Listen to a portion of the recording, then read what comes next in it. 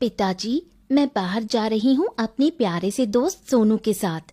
कुछ देर में वापस आ जाऊंगी। ठीक है बेटा राजकुमारी अन्वी, लेकिन मैं तुम्हारे पीछे कुछ सैनिकों को भेज देता हूँ, वो तुम्हारी रक्षा करेंगे। नहीं पिताजी, आपकी बेटी बहुत निडर और मजबूत है। भला मुझे किसी की रक्षा की क्या जरूरत। और वैसे भी मैं बस कुछ ही दूर जा रही हूँ, जल्दी ही वापस आ जाऊंगी। अच्छा, चलो ठीक है, आप जा सकती हैं, लेकिन आप जल्द ही वापस आएंगी, ठीक है ना? क्योंकि हमें आज शाम तक राजा विश्वनाथ जी से मिलने जाना है। ठीक है पिताजी, चल आ सोनू, चलते हैं। राजकुमारी अन्वी अपने पालतू कुत्ते सोनू के साथ जंगल की सैर पर निकली। जंगल की ठंडी हवा और शांत माहौल उसे बहुत भाता था। सोनू देखो, ये जगह कितनी सुंदर है, कितना सुकून है यहाँ। वाह, आज लगता है कि राजमहल से अच्छा ये प्यारा सा जंगल है। यहाँ कितनी सुंदरता है।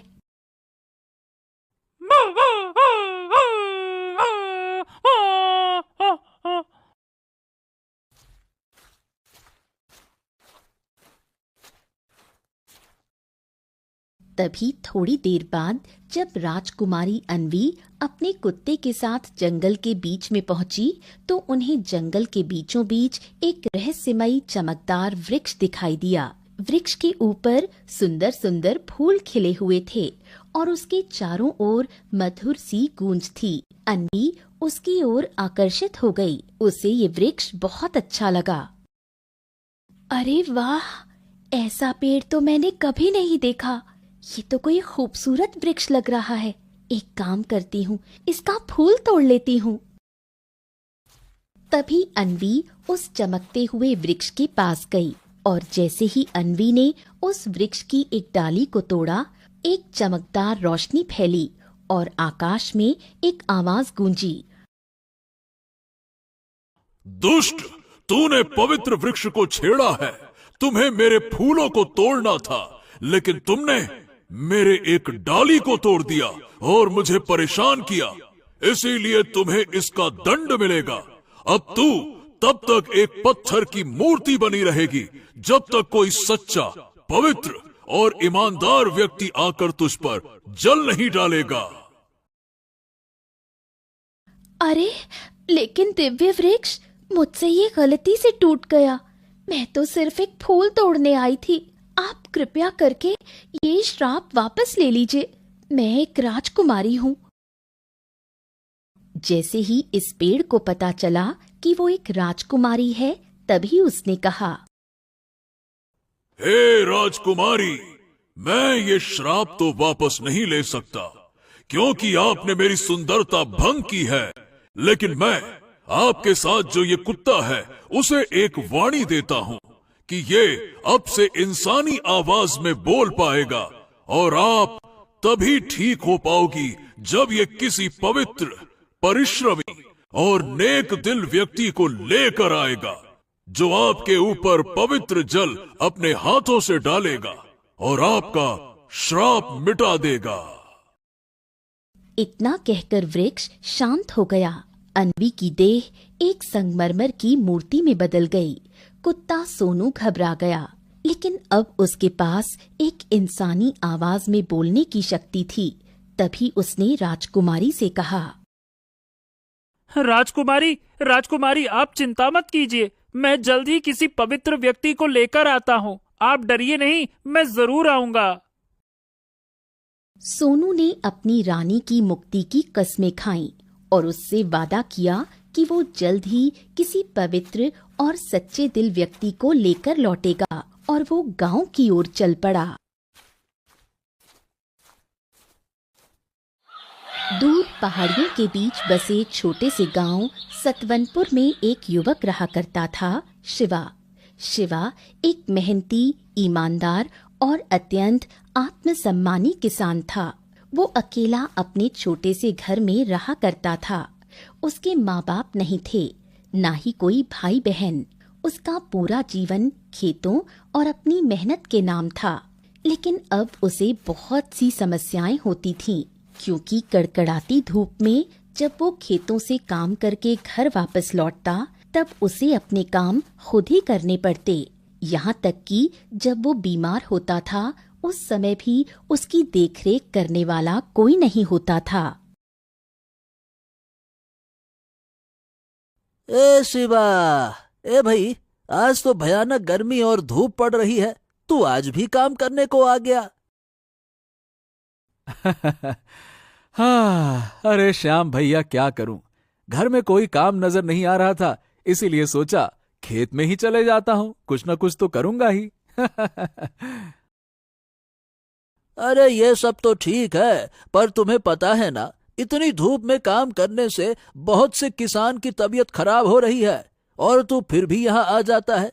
अरे तू क्यों नहीं समझता कि तेरी देखभाल करने वाला कोई नहीं है, और ऐसे काम कर करके तू बीमार हो जाएगा।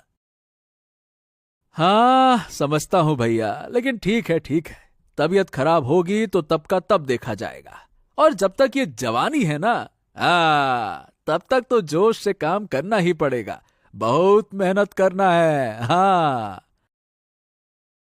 हाँ, ये तो ठीक है, पर तू एक अच्छी लड़की देखकर उससे शादी क्यों नहीं कर लेता है?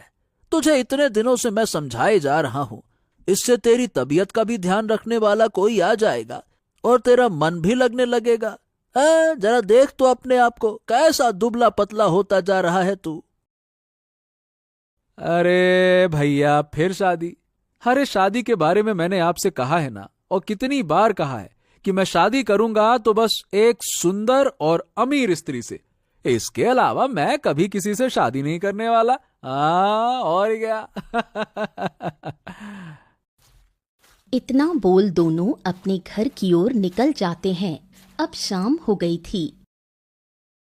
शिवा का रोज एक ही काम था, या तो वो गांव की मदद करेगा या चला जाएगा खेतों में काम करने।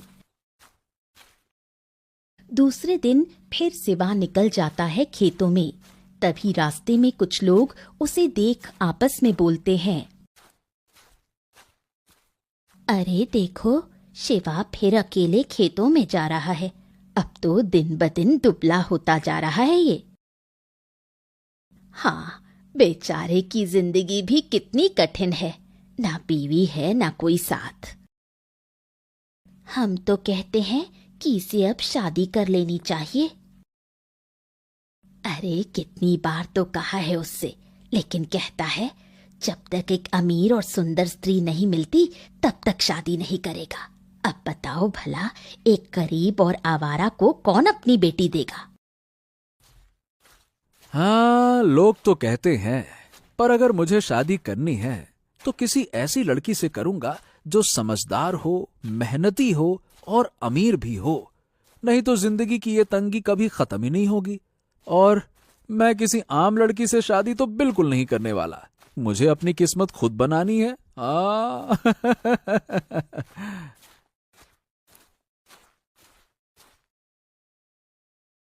अरे राम राम, बाप रे बाप, आज भी गर्मी कम नहीं हुई है। अरे भगवान उठा ले रे बाबा, उठा ले, अरे मुझको नहीं, इस गर्मी को उठा ले। अरे रे, अरे ये कुत्ता यहाँ क्यों देख रहा है? और ये यहाँ का कुत्ता तो नहीं लगता। अरे कहीं ये पागल कुत्ता तो नहीं है? ओए ओए, चल दूर दूर कहीं, चल जा यहाँ से, चल चल, अरे भाग जा यहाँ से।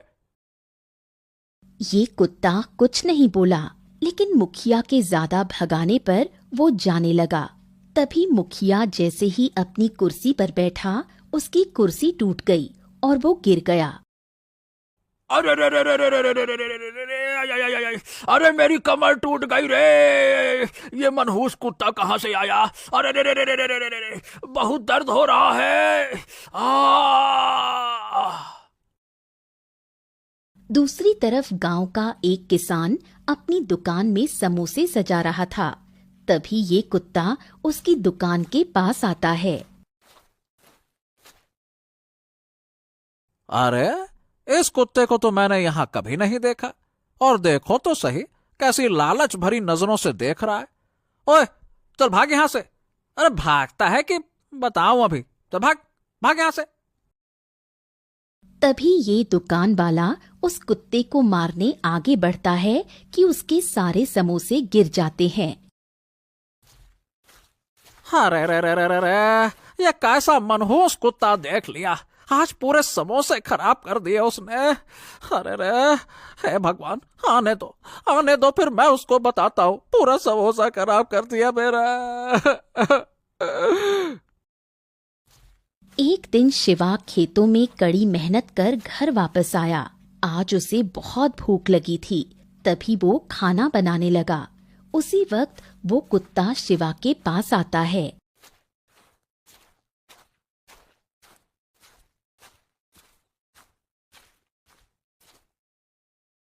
अरे, इस कुत्ते को तो मैंने पहली बार देखा अपने गांव में। हाँ, लगता है भूखा है। चलो, इसे भी कुछ रोटी दे देता हूं। तभी शिवा ने उस कुत्ते को घर के अंदर बुलाया और अपनी रोटी में से आधी रोटी उस कुत्ते को दी। तभी से कुत्ता शिवा को देख रोने लगा और बोला, धन्यवाद। मैंने बहुत जगह कोशिश की, लेकिन कोई भी मेरी मदद नहीं कर रहा था। तुम पहले व्यक्ति हो जिसने बिना कुछ मांगे मुझे कुछ दिया। अरे, तू बात कर सकता है? कौन है तू? कोई राक्षस तो नहीं है ना? नहीं नहीं नहीं नहीं शिवा, घबराओ मत। मैं तो तुम्हारा मित्र हूँ। मैं एक साधारण कुत्ता ही हूँ, लेकिन मैं अभी बोल सकता हूँ। मेरी रानी पर श्राप लगा है और उसे बस तुम्हारी तरह एक इंसान की जरूरत है, सच्चे, पवित्र और मेहनती। अगर तुम मेरी सहायता करो तो एक नारी की मुक्ति संभव है। शिवा कुछ पल सोच में डूबा, फिर सिर हिलाया और बोला, ठीक है। देखो, मैं किसी का भला करने से कभी पीछे नहीं हटता, क्योंकि मेरा एक ही सिद्धांत है, कर भला तो हो भला। अगर किसी की मदद करने से उसे नया जीवन मिल सकता है तो मैं उसकी मदद जरूर करूंगा। हाँ। ये सुन सोनू बहुत खुश हुआ। उसने शिवा को बोला कि कल सुबह वो उसे उस वृक्ष के पास ले जाएगा जहाँ उसकी रानी है।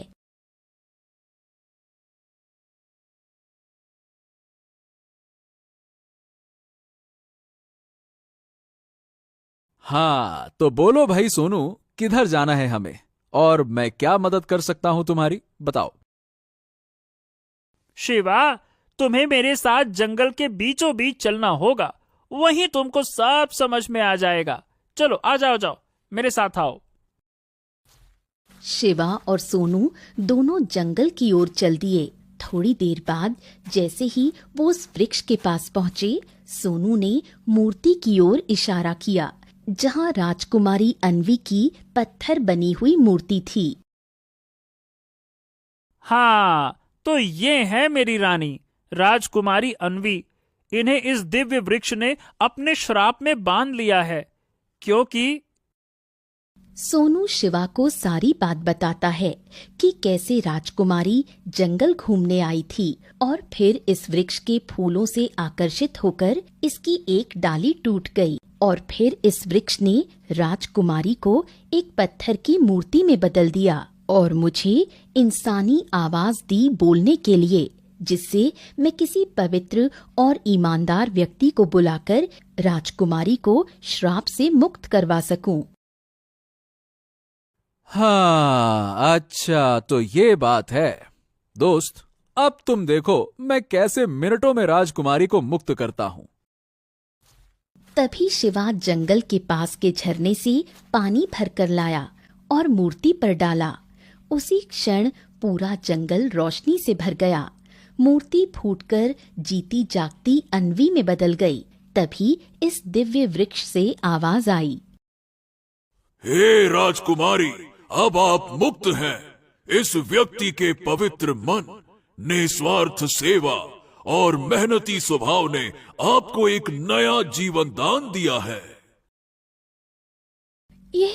ये सच है, मैं फिर से जीवित हो गई। हाँ हाँ हाँ राजकुमारी, अब आप बिल्कुल ठीक हैं, एकदम मजे में। अरे चाहे तो आप अपने कुत्ते को छू कर देख सकती हैं। हाँ, छुए छुए छुए। वैसे मैं आपको पहले ही बता देता हूं, देखिए मेरा नाम शिवा है और मैं भाग्यशाली हूं कि मैं आप जैसी सुंदर स्त्री की मदद कर पाया। शिवा, तुमने मुझे नया जीवन दिया है। आज अगर तुम नहीं आए होते तो शायद मैं जिंदगी भर ऐसे ही रहती। अगर तुम चाहो तो मैं तुम्हारी जीवन संगिनी बनना चाहती हूँ। अब मैंने तो बस एक अच्छा काम किया है। अगर तुम जैसी जीवन साथी मिले तो ये तो मेरा बहुत बड़ा सौभाग्य होगा।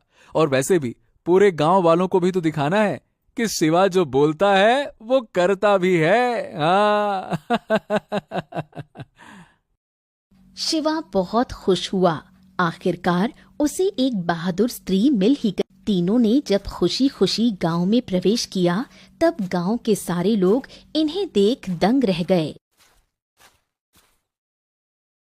अरे ये तो राजा की बेटी है, लेकिन ये शिवा शिवा इसके साथ क्या कर रहा है? अरे हम तो शिवा को कहते थे शादी करके दुल्हन ले आ, ये तो सीधा रानी ले आया। थोड़ी देर बाद जब राजा चंद्रबुद्ध अपनी बेटी को खोजते हुए गांव आए तब शिवा को देख चौंक गए। लेकिन जब राजा को सारी बात पता चली तब उन्होंने शिवा को धन्यवाद कहा, शिवा को सम्मानित किया और पूरे गांव में उसकी भलाई का ढिंढोरा पिटवाया। तभी राजकुमारी अन्वी राजा से बोली, पिताजी, शिवा ने मुझे एक नया जीवन दिया है और शिवा जैसा मेहनती ईमानदार व्यक्ति शायद ही मुझे मिल सकता है। पिताजी, मैं शिवा को अपने साथ अपने महल में रखना चाहती हूँ और शिवा भी मुझसे शादी करने के लिए तैयार है। ठीक है। मैं इस सच्चे, मेहनती और महान युवक को अपनी बेटी का हाथ देता हूँ। ये सुन शिवा भी बहुत खुश हुआ, मानो कि शिवा की मेहनत और उसकी जिद रंग लाई। आखिर शिवा की शादी सिर्फ किसी अमीर लड़की से नहीं बल्कि राजकुमारी अन्वी के साथ हो गई। सारे गांव वाले भी बहुत खुश हुए।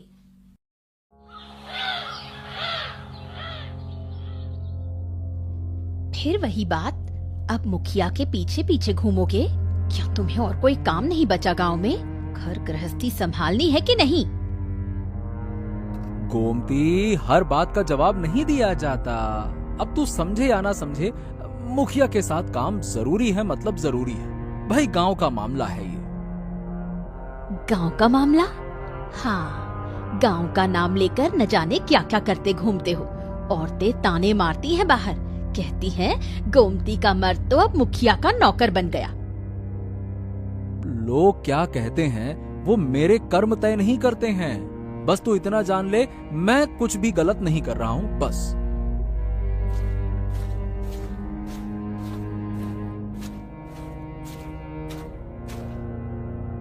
अरे नरेंद्र, अरे ओ नरेंद्र, क्या कर रहा है? जल्दी चल बे, देर हो रही है। जी जी, आया मुखिया जी। हाँ। अरे कहाँ जा रहे हो? बात तो सुन लो। अबे अपनी पत्नी को जवाब दे दे, मेरे साथ भाग जा रहा है, बता दे। अरे छोड़िए ना मुखिया जी, उसका तो काम ही इतना है, दिन भर बकवास करती रहती है, बक बक बक। चलिए आप तो।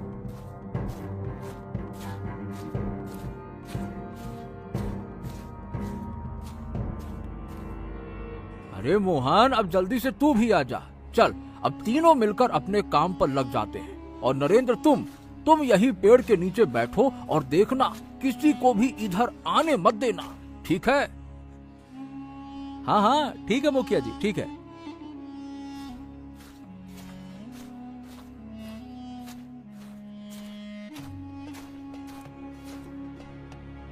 मुखिया जी, ये नरेंद्र को हम पर कोई शक तो नहीं है ना कि हम जंगल में क्या कर रहे हैं?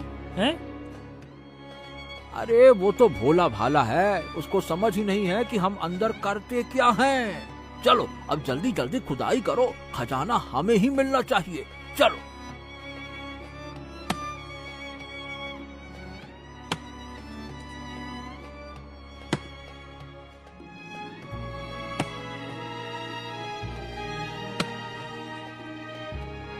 हाँ, मुखिया जी 1 घंटा हो गया, यहाँ तो कुछ ना मिला। लगता है और भीतर जाना पड़ेगा। तो चलो भैया आगे बढ़ते हैं, खजाना छुपाया है तो यूं ही थोड़ी मिल जाएगा। चलो चलो चलो चलो।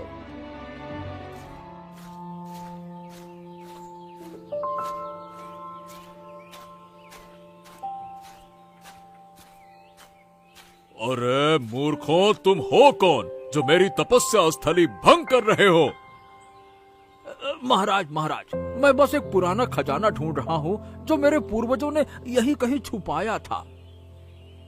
उस खजाने को छूते ही ये राज्य भस्म हो जाएगा। वो खजाना इस राज्य की रक्षा कर रहा है।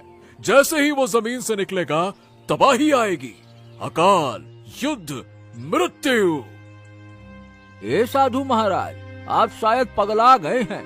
और सुनिए, भला खजाने से किसी की रक्षा कैसे होती है? सीधी बात है, मुझे खजाना चाहिए और मैं लेके जाऊंगा।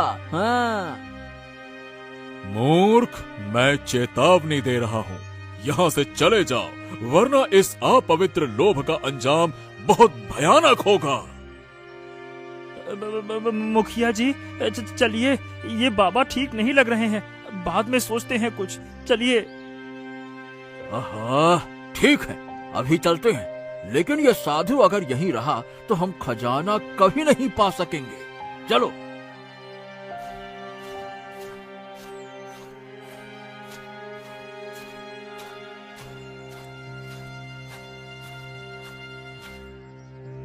मुखिया जी, आप इतनी जल्दी लौट आए? अरे हाँ, आज बस ज्यादा कुछ नहीं हुआ तो लौट आए।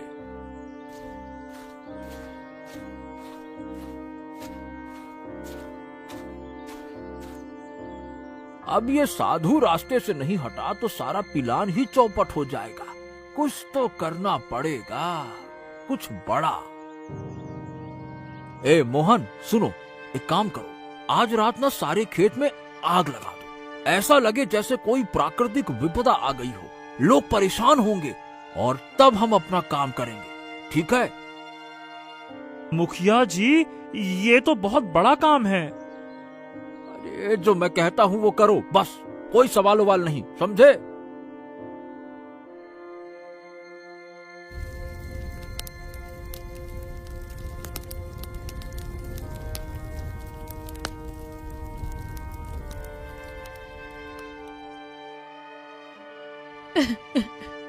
हे भगवान, हमारे सारे खेत जल गए।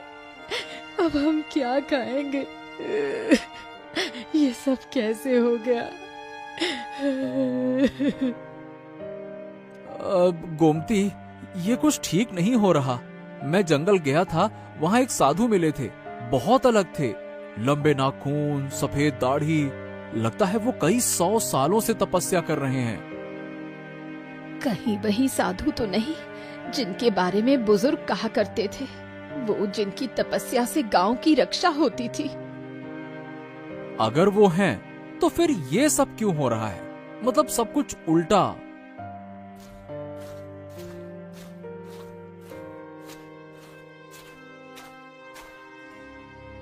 ए सुनो मोहन, आज रात तालाब में ये नीला रंग घोल दो, पानी काला हो जाएगा और फिर गांव वाले समझेंगे कि कुछ बुरा हो रहा है और उस साधु को दोषी मानेंगे। हाँ।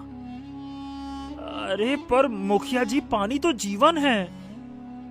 अरे भाई, मुझे खजाना चाहिए और खजाने के रास्ते में जो कोई भी आएगा उससे हटना पड़ेगा। जल्दी करो, जाओ।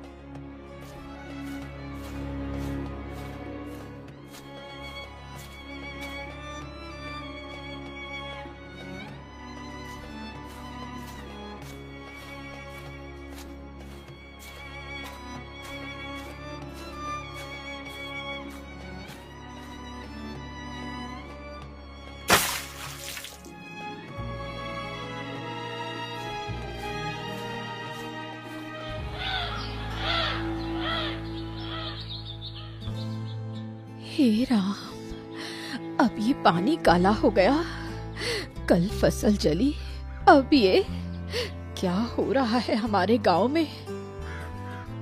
लगता है कोई श्राप लग गया है इस गांव को। हमें महाराज से बात करनी होगी गोमती।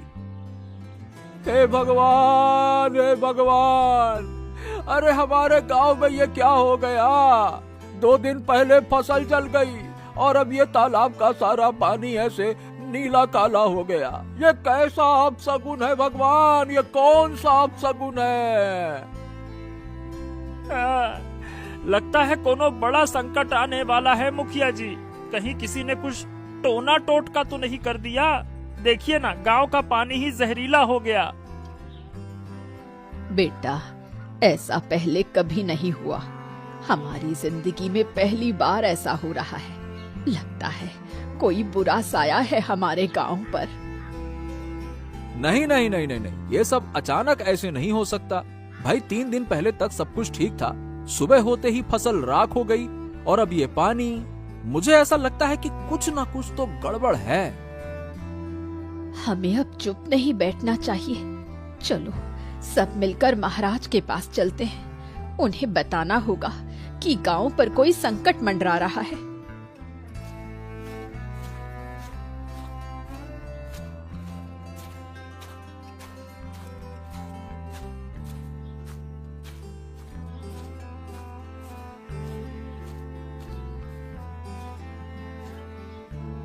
महाराज, कृपया करके हमारी बात सुनिए। हमारे गांव में कुछ भयानक घट रहा है। मतलब हमारी सारी फसल जल गई और अब सारा तालाब का पानी नीला काला पड़ गया। ये क्या कह रहे हो तुम लोग? एक साथ 2 विपत्तियां, ये कैसे संभव है? महाराज, मुझे लगता है कि ये सब कोई कर रहा है। ये सब प्राकृतिक नहीं लग रहा, जैसे किसी ने जानबूझकर किया हो महाराज। ये मामला तो बड़ा गंभीर है। ऐसा क्यों हो रहा है हमारे गांव में? महाराज, एक बात कहूं, जंगल में एक साधु वर्षों से तपस्या कर रहा है, पर अब उसकी साधना तंत्र मंत्र में बदल चुकी है। कहीं उसी के कारण भूमि असंतुलित तो नहीं हो रही है? हमें उसे वहां से हटाना पड़ेगा महाराज। क्या जंगल में साधु है और वो तंत्र विद्या करता है? ये तुम क्या कह रहे हो मुखिया? पूजा पाठ की भूमि में तंत्र मंत्र? महाराज, झूठ न बुलाए भगवान, मैं तो वहां स्वयं गया था। साधु कोई सामान्य तपस्वी नहीं है। उसकी क्रिया से हवा भारी लगती है और पशु पक्षी तक विचलित थे। अगर आपको यकीन न हो तो स्वयं जाकर निरीक्षण कर सकते हैं महाराज। ठीक है, मैं आज ही चलकर जांच करता हूँ।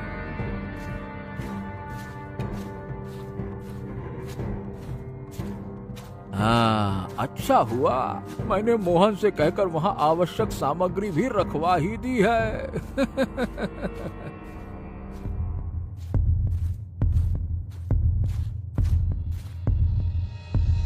ये क्या है साधु?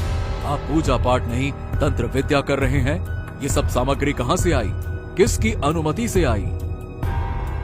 राजन, मैं जो कर रहा हूं वो इस भूमि की रक्षा के लिए है। ये सामग्री वही है जो मैंने वर्षों पहले एक उद्देश्य से प्राप्त की थी, और ये बाकी का सामान ये मेरा नहीं है। हमें इसकी कोई जानकारी नहीं थी साधु महाराज, और तुम्हारी इस क्रिया से गांव में अजीब घटनाएं हो रही हैं। तुम्हें इस राज्य से अभी के अभी जाना होगा, समझे? हाँ ठीक है, जैसी आपकी आज्ञा महाराज। लेकिन याद रखना, विनाश काले विपरीत बुद्धि। तुम पछताओगे राजन, पछताओगे। ओम नमः शिवाय, नमः शिवाय।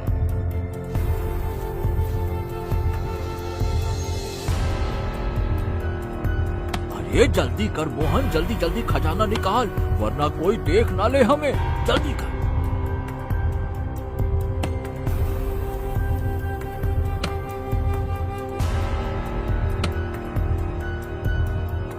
बाप रे, इतना सारा खजाना! अरे मुंह बंद कर, वरना कोई सुन लेगा। अब ये सारा खजाना मेरा है। इसका मालिक सिर्फ मैं हूँ। मुखिया जी, मेरा हिस्सा? हिस्सा? कौन सा हिस्सा? कैसा हिस्सा? अरे तेरी जमीन मेरे यहाँ गिरवी थी ना। जा बेटा, तेरी जमीन छोड़ दिया। अब तुझसे मुझे एक भी रुपया नहीं चाहिए। चल जा, मेरा पीछा छोड़ जा भाई। देखो मुखिया जी, आप ये ठीक ना कर रहे हो। आपने पहले कहा था आप मुझे भी हिस्सा दोगे, इसीलिए मैंने इतना सब कुछ आपके लिए किया, और अब आप सिर्फ मेरी जमीन का कर्ज माफ कर रहे हो। ये बिल्कुल ठीक बात नहीं है। अरे भैया, मैंने भी अपने दिमाग के घोड़े बहुत दौड़ाए हैं, तब जाकर मुझको ये खजाना मिला है। मैं तुम्हारी जमीन का कर्ज माफ किया, बस हो गया। अब जाओ यहाँ से, वरना फिर से जमीन पे कब्जा कर लूंगा और मुंह ताकते रह जाओगे, समझ गए? जाओ।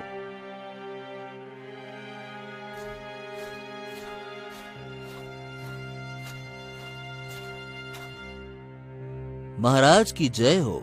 महाराज, गांव की नदी पूरी तरह से सूख गई है और पिछले 7 दिनों से बादल एक बार भी नहीं बरसे। खेत सूखने लगे हैं महाराज। ये क्या? हमने तो साधु को जंगल से निकाल दिया था, अब वो कुछ नहीं कर रहा, तो फिर ये सब क्यों हो रहा है? हाँ, देखो गोमती, ये वही जमीन है जिस पर मैंने दिन रात पसीना बहाया। अब देखो, सब कुछ खत्म हो गया, न पानी रहा न फसल।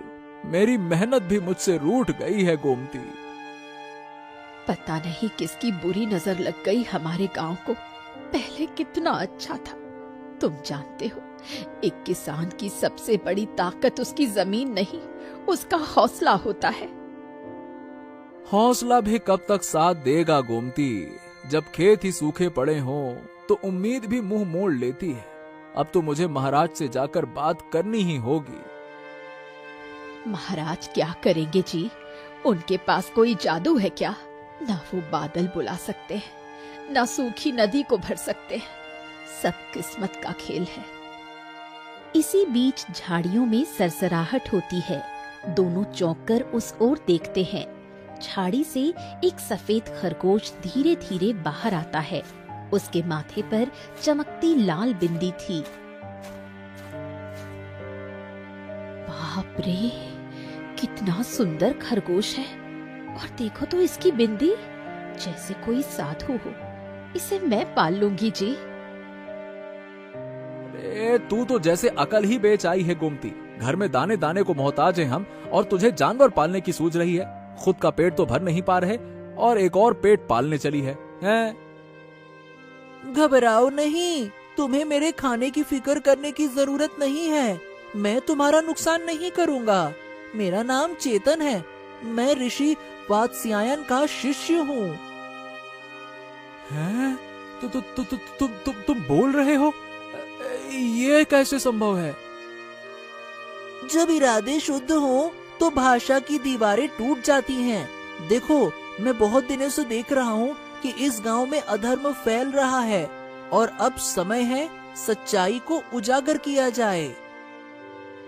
लेकिन एक बात समझ नहीं आ रही। तुम्हें कैसे पता कि गांव पर कोई अधर्म छाया है? और ये सब मुखिया से जुड़ा हुआ कैसे? मैं कोई साधारण खरगोश नहीं हूँ गोमती। मेरे गुरु ने मुझे दिव्य दृष्टि दी है। उसी के कारण मैं वो देख सकता हूँ जो दूसरों की आंखों से ओझल है। दिव्य दृष्टि? मतलब तुम्हें सब सच दिखाई देता है? हाँ, देखो, बहुत समय पहले जब बुरी शक्तियाँ इस गांव की ओर बढ़ रही थीं, तो उस समय के राजा ने एक दिव्य खजाना मिट्टी के नीचे गाड़ दिया था ताकि वो शक्तियाँ गांव को छू ना सकें। मेरे गुरु उस जगह की रक्षा कर रहे थे, वर्षों तक तप करके। लेकिन मुखिया ने मोहन के साथ मिलकर उन्हें तंत्र विद्या का दोषी ठहराया और गांव से बाहर निकलवा दिया। तो खजाना अब? मुखिया ने वही खजाना खुद निकाल लिया और उसी पल से गांव पर संकट मंडराने लगा। जल सूख गया, फसलें मुरझा गईं और चारों ओर अंधकार फैलने लगा। ये सब उसी श्राप का असर है। और मैं बता दूं, ये तो शुरुआत है, आगे और भी घटनाएं होंगी। अरे ठीक है, अब गलती तो हो गई, अब लड़ने से कुछ नहीं होगा। पहले ये सोचो कि करना क्या है। हाँ, अब तुम शुरू हो गए फिर से। यही दोस्ती और पैसे के लालच ने पूरे गांव को बर्बादी के कगार पर लाकर खड़ा कर दिया। अरे ठीक है, अब गलती तो हो गई, अब लड़ने से कुछ नहीं होगा। पहले ये सोचो कि करना क्या है। लेकिन हम करेंगे क्या? महाराज की आंखों पर तो मुखिया ने भरोसे की पट्टी बांध रखी है। वो हमारी बात पर कभी यकीन नहीं करेंगे।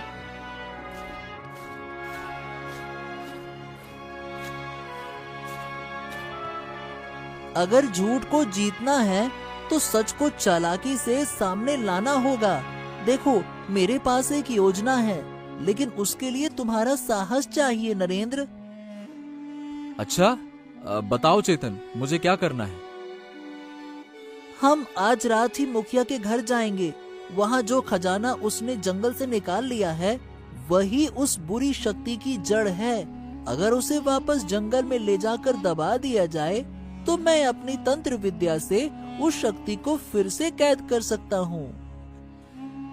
ये तो बहुत खतरनाक है चेतन, लेकिन अगर यही सही रास्ता है तो मैं भी चलूंगी। ठीक है, हम तीनों चलेंगे, लेकिन बहुत सावधानी से।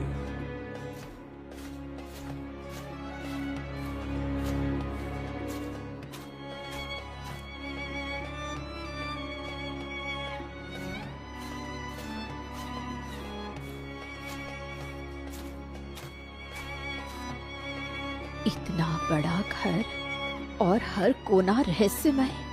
खजाना कहाँ होगा, कैसे पता चलेगा? अगर कोई देख लेगा ना, तो मुखिया हमें जिंदा नहीं छोड़ेगा। शांत रहो, मैं अपनी ज्ञान दृष्टि से देखता हूँ। हाँ, खजाना वही है, उसी कमरे में जहाँ मुखिया सो रहा है। अलमारी के पीछे की दीवार में छिपा है। तो क्या हमें उसके कमरे में जाना होगा? कोई और रास्ता नहीं है? नहीं नहीं गोमती, कोई रास्ता नहीं है, वही एक ही रास्ता है।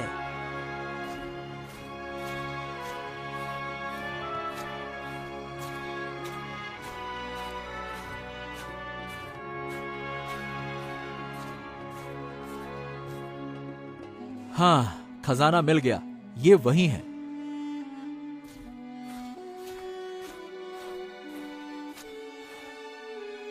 हाँ, चलो जल्दी करो, इससे पहले कि वो जाग जाए। जल्दी चलो।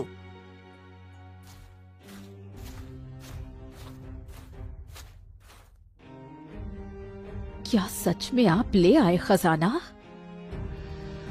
हाँ, ले आया। चेतन ने तो एकदम सही जगह बताई थी। उसने अलमारी के पीछे छिपा रखा था इसको। मुझे जाते ही खजाना मिल गया और ये रहा सारा खजाना। चलो जल्दी करो नरेंद्र, हमें इस खजाने को उसी जगह ले जाकर गाड़ना है, तभी ये काली शक्ति का प्रभाव गांव पर कम होगा। चलो। हाँ ठीक है चेतन, जल्दी करो, चलो।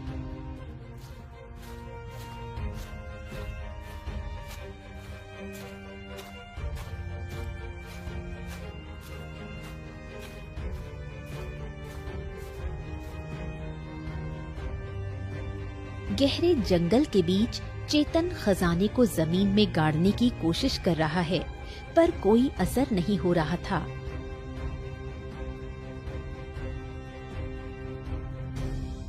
हाँ, अरे बाप रे, इतनी मेहनत के बाद भी ये खजाना क्यों नहीं गड़ रहा? जानता हूँ। ओम शिवाय स्वाहा।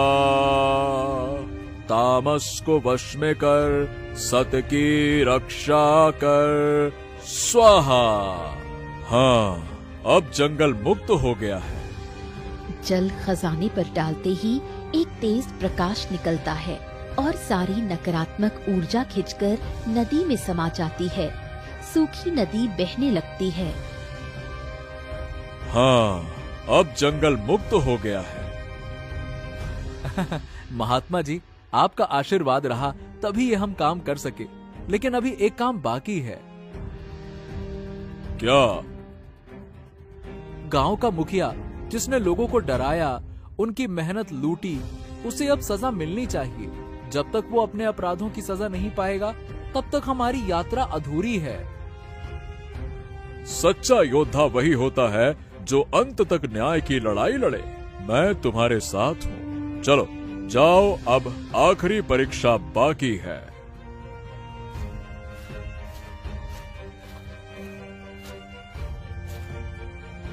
हाँ, मेरा खजाना! अरे कोई मेरा खजाना चुरा ले गया। अरे किसने लिया? अब मैं क्या करूं? कहाँ चला गया? तभी एक तेज हवा चलती है और सामने पेड़ के पीछे से खरगोश निकलता है।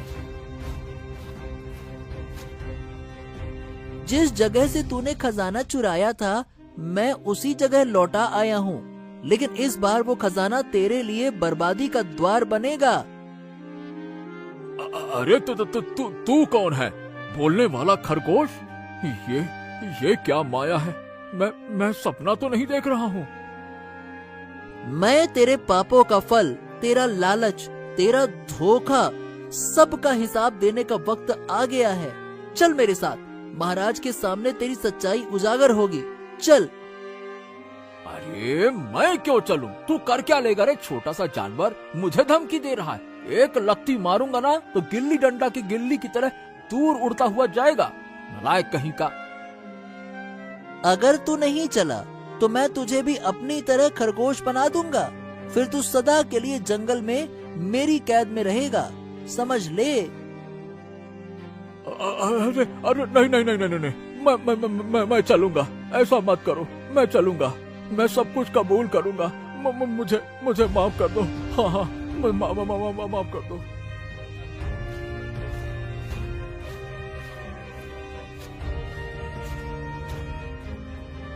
इतनी आसानी से नहीं जाने देंगे तुझे। तूने न जाने कितनों को सताया है। और इसका साथी मोहन कहाँ है? उसे भी तो साथ ले चलो। अरे भाई, वो भी साथ में ही काम किया करता था, तो उसे भी तो इनाम मिलना चाहिए ना। देखो देखो जी, घर में छिप रहा है। अरे जल्दी पकड़ के लाओ चेतन।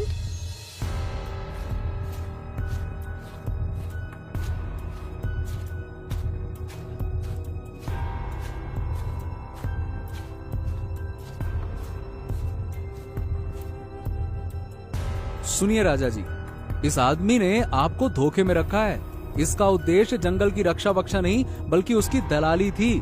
उसने ऋषि को हटवाकर जंगल को खाली करवाया ताकि वहाँ का खजाना बेच सके वो।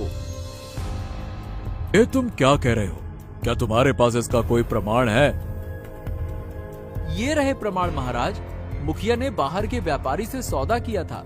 जंगल का खजाना बेचने का अनुबंध। ये सब कुछ उस दिन हुआ जिस दिन ऋषि महाराज को वहाँ से हटाया गया। मुखिया, तुमने धर्म और विश्वास का घोर अपमान किया। राज्य के साथ विश्वासघात किया। सैनिकों! महाराज मुझे माफ कर दीजिए। मैं लालच में आ गया था। मेरी गलती हो गई महाराज, मुझे माफ कर दीजिए। माफ कर दीजिए। राजद्रोह के अपराध में क्षमा नहीं होती। सैनिकों, इन्हें कैद में ले लो। जाओ। चेतन, तुम्हारा साहस और तुम्हारी बुद्धिमत्ता वाकई में प्रशंसनीय है। तुमने आज हमें सच्चाई से परिचित कराया। हम ऋषि वात्सायन से क्षमा मांगना चाहते हैं। मैं स्वयं अब जंगल जाकर उनसे क्षमा याचना करूंगा। फिर वही साधु दरबार में आते हैं। साधु महाराज, मेरी भूल के लिए क्षमा करें। मैंने अधर्म को पहचानने में देर की, पर अब मुझे सच्चाई का आभास हो गया है। कृपया आप वापस आ जाइए और अपने आशीर्वाद से इस भूमि को फिर से पवित्र बना दीजिए। राजन, जब पश्चाताप सच्चा हो तो क्षमा अपने आप मिल जाती है। अवश्य अवश्य मैं लौटूंगा और इस भूमि को फिर से संतुलित करूंगा। बहुत बहुत धन्यवाद महाराज। मुखिया भानु को उसके अपराध के लिए कारावास का दंड दिया गया है, पर आज तो मैं 2 सच्चे सेवकों को सम्मानित करता हूँ। किसान नरेंद्र को राज्य रक्षक किसान की उपाधि दी जाती है। ऋषिवर, आपकी सीख ने आज फिर से सच्चाई को जीत दिला दी।